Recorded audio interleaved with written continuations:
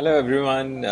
We have had to postpone today's episode of Key Steps till 17th of June, it's Friday, due to completely unavoidable circumstances. And I'm really sorry for that inconvenience. Our guest will remain the same. That's Brad Taylor, who is the Director of Consulting at Advanced Workplace Associates. And if you're watching this on YouTube, please set a reminder for the 17th from the Notify Me button on it.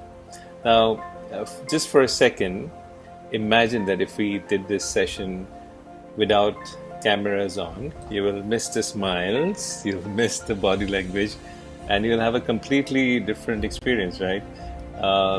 An experience which is actually more like a podcast. And a podcast is something which is entirely different. It's something that you listen to while you're taking a walk or maybe driving. Now, at the workplace, we got used to meeting online over the last 2 years, so much so that sometimes meet online, even when they're sitting across the hall. Virtual collaboration tools have replaced different types of employee interactions and meetings. A virtual meeting is based on a conversational model, on talking. The meeting is usually filled with conversations, but there are certain employee interactions that are not purely conversational. For example, Scrum meetings or an ideation meeting. It has much more than conversation, right? It has silence, it has coffee, it has the smell of coffee, it has body language, it has, a pat on the back, and a lot more. Now, when we do some of these interactions through an online collaboration tool, we are missing out on most of that. And in some of these interactions, I've actually seen people who do not turn on their cameras.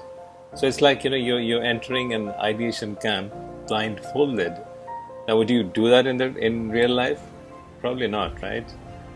So in our conversation with Brad next week, we will discuss the key steps to using virtual collaboration tools effectively. So please do tune in then. And once again, apologies for having to postpone today's episode. And for those who tuned in today, I'm not going to disappoint you. We will play snippets from a very interesting conversation that we had in an earlier episode of Key Steps with Nida Mehta. Nida is a senior associate with Advanced Workplace Associates, and we discussed culture and talent attraction in the hybrid world. Enjoy this.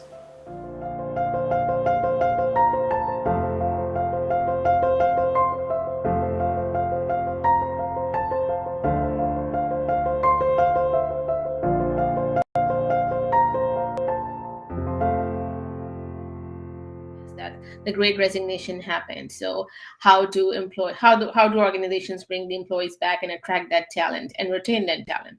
And there's another notion out there, and a trend going on. There's a great regret that is happening as well. So when people reassessed and reevaluated their life choices, then yes, maybe most of the cases those choices were right. In some cases, they're also figuring out if this is time to go back to work and go back to the organizations that they left. But we're not going to talk about that today. What we're going to talk about is the post-COVID world. How do organizations attract and retain talent? And I think the most important part about this is that people don't usually join the organizations for the paycheck, as you rightly said, even though that is a bigger factor. But post-Great Resignation, employees are joining the organizations that are more aligned to their purpose of life. They are also joining the organizations for their culture. Culture has become a very core focus of why organizations are able to attract and retain more talent. And I'll give you an example that you cannot measure culture in as tangible way as you can that, okay, 50% people said that they're going to be working 3 days a week post-COVID. Culture is embodied and role modeled by the leadership of the organizations. So what has become really prevalent is that leadership needs to be trained and should really consider that how would they align the way they manage and lead the organizations through to become their employer of choice. The other thing that has become prevalent is that how do people really manage the hybrid workforce? some employees will still continue to be remote. Some people will come for a fraction of the time, but how they need to be managed has to be equitable. So that culture has to be translated into the processes to make that equitable experience for the entire workforce. And I think if organizations can master that, and it's not an easy thing to do, I think leaders are also learning how to manage the virtual workforce. I think once we are able to say as an organization we are mastering that, employees are not going to want to leave.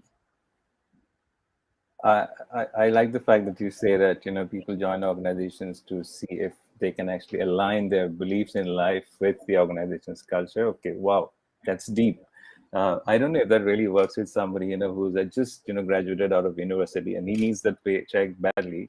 But nonetheless, we don't want to get into a debate on that. But having said that, you spoke about culture and the fact that, organizations have had to retune themselves, retune their culture maybe. I don't know if you agree with that. And do you see any common traits emerging out of this that organizations have had to retune or, kind of, press the reset button on the cultural aspect itself?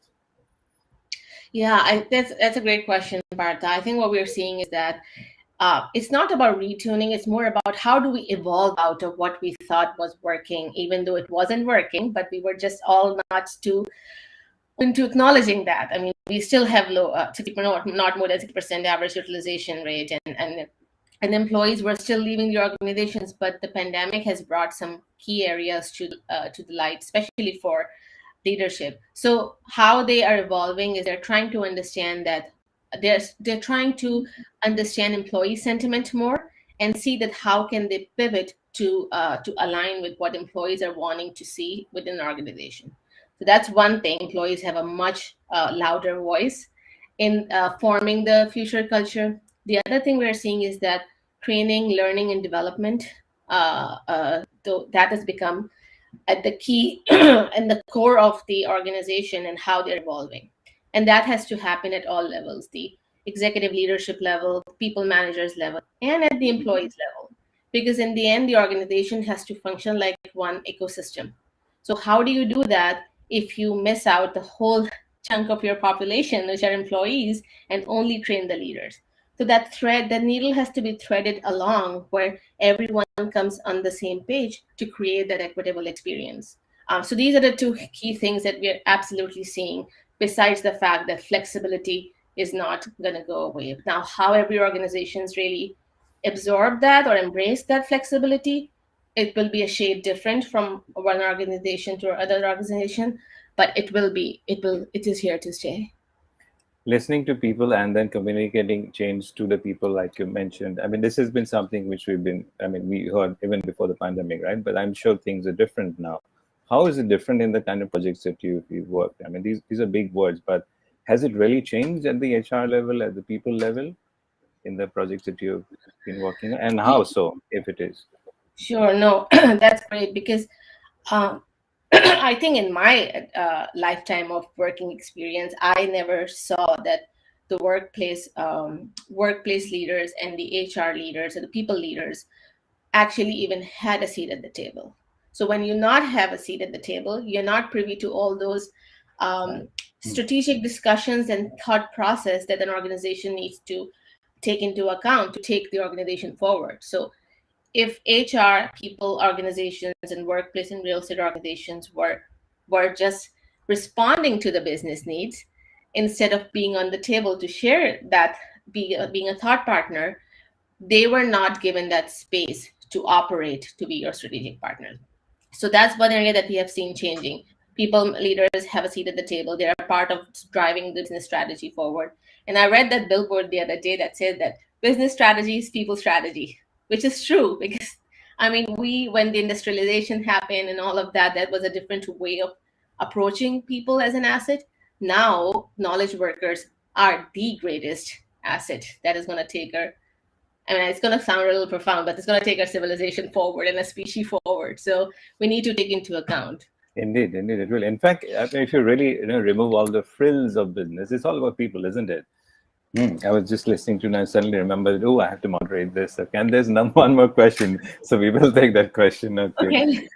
So for organizations, I love this, by the way. Please keep the questions coming. We can take more questions. Okay, so we have an interesting question now. If you can read that on the question of paycheck versus purpose, I'd read that the younger generation are more interested in working for organizations that align with their ideas and purpose.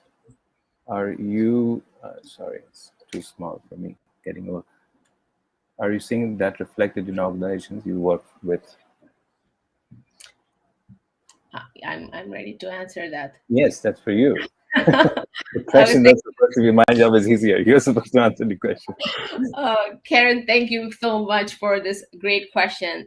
As much as I would have liked to say that, no, it's not trickled down, but yes, it's in our immediate client circle, the partner circle. This is becoming a very, very hot trend, for lack of a better term, that all the people who have been actually helping their organizations get ready for post-COVID world, in that process they have become more clearer about what their choices in life are and what the purpose of their life they want to be, and is that equitable, is that aligned with the company purpose.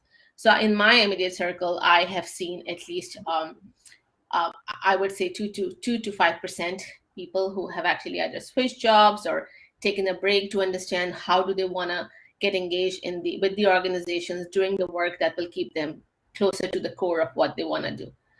People are becoming extremely conscious of the climate change, saving the planet, because as one of my dear friends say, planet is burning. Thank you, Lisa. So we got to get on the bandwagon, otherwise we are not going to leave a very sustainable planet for our generations to come.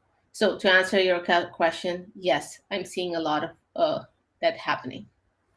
Yeah, that's an interesting twist. In fact, I would have imagined it happening the other way around, that younger people would actually be more interested in the paycheck. Okay, so we have another interesting question from Jennifer. And can you see that on your screen? How should Yeah, organizations manage and deliver on the expectations of Gen Z employees entering the workplace and balance these against current and perhaps older employees? yeah. Okay. How We do have organizations? how many generations working in the office now? But Well, three, four? I think there are four now because the Yes. Gen How to Alpha. balance all of that? Yeah. Gen Yeah. Alpha is the new one that's entering the workforce. So, how should organizations manage and deliver on the expectations of Gen Z employees entering the workplace and balance these against current, perhaps older employees? So, I think, I may be not quoting the statistic right, but I think 50% of the workforce, if not 75%, by 2025 is going to be millennials and the generations X, Generation Y, and Generation Alpha. So, given that in mind, organizations are reassessing their toolkit, their methods, and their infrastructure. Is it ready to receive those future generations in their workforce? Succession plans, organizational redesigning. A lot of organizations are changing their structure from hierarchical to make it more flat, to create that level of collaboration that flat organization really allows. Um, and Jennifer, this is a great question because it's two part. How do they balance these against current, perhaps older employees?